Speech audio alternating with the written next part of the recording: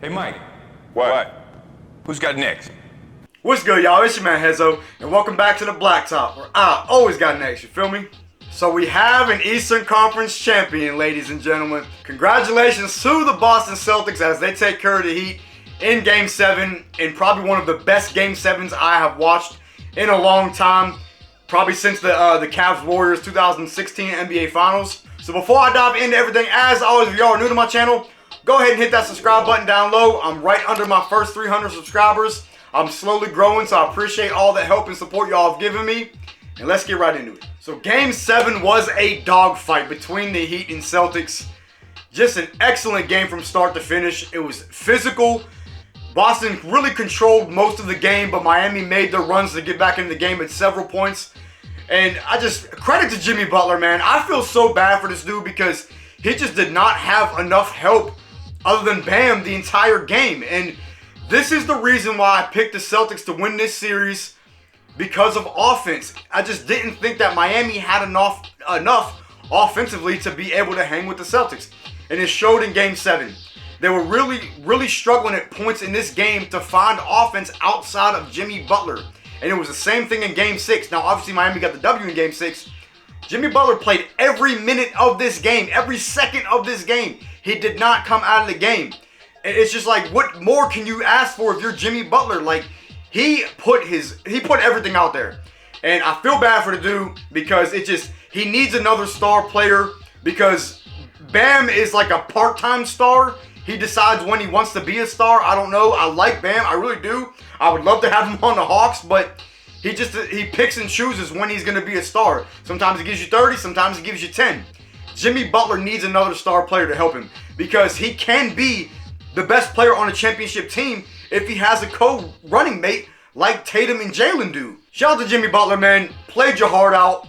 Laid it all out on the line. Finished the game with 35 points. Just another incredible performance by him. But we have to credit the Celtics in this game. They weathered the storm at the end of the game, and it was really looking like Miami was gonna kind of maybe even win the game at one point. But one thing I do want to point out: as much as praise I have given Jimmy Butler this entire playoffs, and just a second ago, that last shot he took to win the game, I do not like that shot if you're Jimmy Butler, man. I really don't.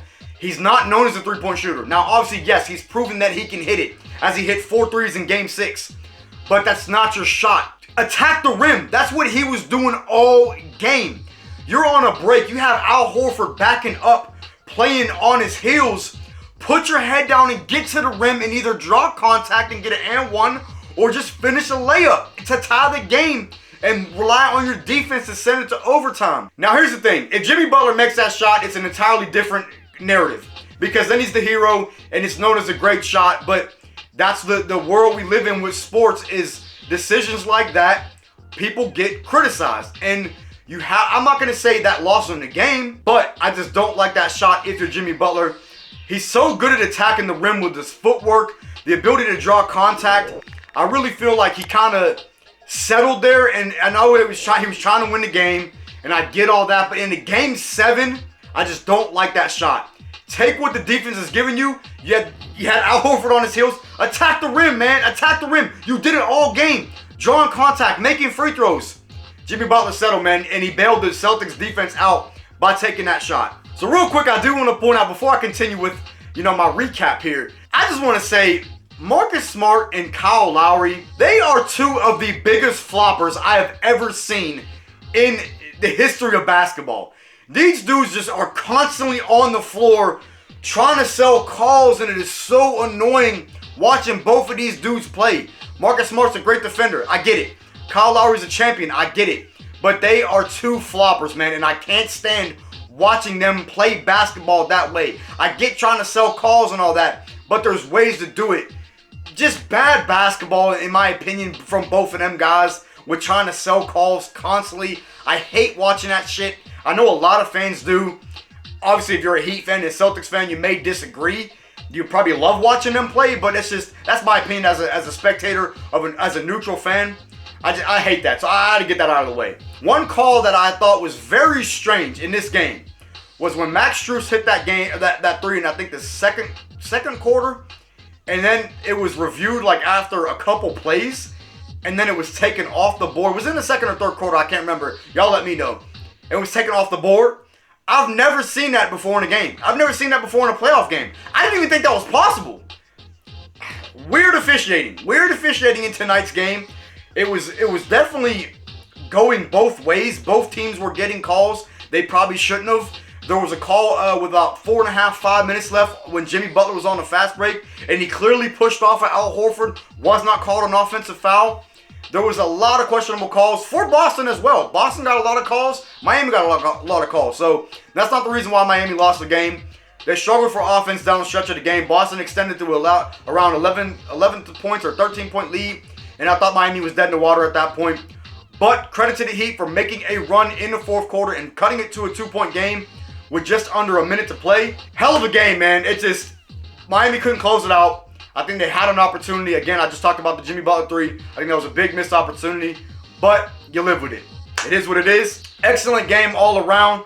There's really not too much more to touch on in this game. Jaylen Brown had a very solid game. I was really hoping that Atlanta would make a move for him in the offseason, but I think it's clear now he's safe on the Celtics. I was thinking maybe if they lose in 7 games, maybe they'll look to part ways with Jaylen and Tatum, but I just don't see that happening. Tatum was getting trapped almost every time he touched the ball towards the end of the game, but he was doing a lot of playmaking. Al Horford was doing a lot of hustling out there on the offensive glass, just making the Heat pay on that. And the Heat just struggled for offense. Tyler Hero came in, played a couple minutes, but you could tell he was not the same offensive player that he is. And I kind of figured that he missed the last 3 games. I knew he really wasn't going to be productive. He tried to get a couple shots, just didn't work. Max Strus had a kind of up and down game. He hit a couple threes, but just not enough offense for the Heat, man. And I feel bad for Jimmy because he did everything he could. Bam did as much as he could, but it just wasn't enough to weather the Boston Celtics defense. So we have the Celtics facing off against the Warriors in, I think game 1 is in San Francisco. Warriors have home court advantage. Now, who am I picking for this series? That's a damn good question, man. I really don't know. This series is going to be, I don't know. I really just want to watch good basketball. I am going to pick, if I had to make a pick, I really don't want to make a pick, but as a basketball fan, I kind of feel like I have to. I am going to pick the Celtics in 6 or 7, and the reason for that is because of defense.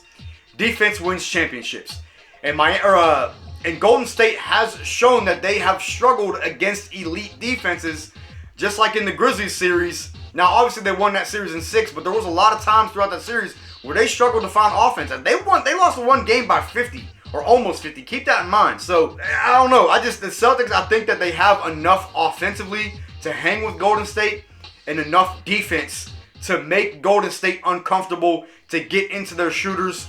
If Curry is not shooting well or Clay's not shooting well, they really struggle to find offense. Outside of Jordan Poole, Clay, and Curry, they just, I don't know. Y'all tell me who y'all are gonna pick. I'm gonna pick the Celtics. Heat fans, I'm sorry. I know y'all have been riding with me this whole time through the playoffs, dating back to the Hawks series. I hope y'all are still gonna ride with me from here on out. Sorry to my Heat fans. That was a hell of a series, but nothing to hang your head on, man, because Jimmy Butler played so damn well. Not as, what more can you ask for a star player like him? Don't hang your head, man. Heat fans, y'all gonna be back next year. Hopefully my Hawks can make a run next year as well. Maybe we see each other in the playoffs again. As much as I don't want that, I really don't want that. But my Heat fans, I'm sorry to y'all. Y'all have been big supporters for me, but it ain't the end, man. It ain't the end. Jeez, words are hard. He got a lot of room to grow. I'm gonna be very interested to see what moves they make in the offseason, especially with Duncan Robinson. I think he's gonna be the key piece. But I think that they need to really make a move, maybe to look and see if they can package for another star player. That's probably going to be almost impossible. I don't know. I don't really know the fit. Who would fit there with the Heat culture and all that. But I'm going to pretty much leave it there, man. I don't really know what more to talk about in terms of this Game 7. It was an excellent game all around. I was on my edge of the seat the entire game. That's pretty much it, man. So I'm going to leave it there. I'm gonna be doing a recap of every single game of the NBA Finals, as I stated in my last video. So y'all come in and tune in for that. Again, I'm gonna be doing it the next day, as they are gonna be 9 o'clock games. So I'm not gonna be doing it right after the game like I have been doing for this series. So Be on the lookout for those. Tune into those for sure. Leave a like, and I will catch y'all next episode.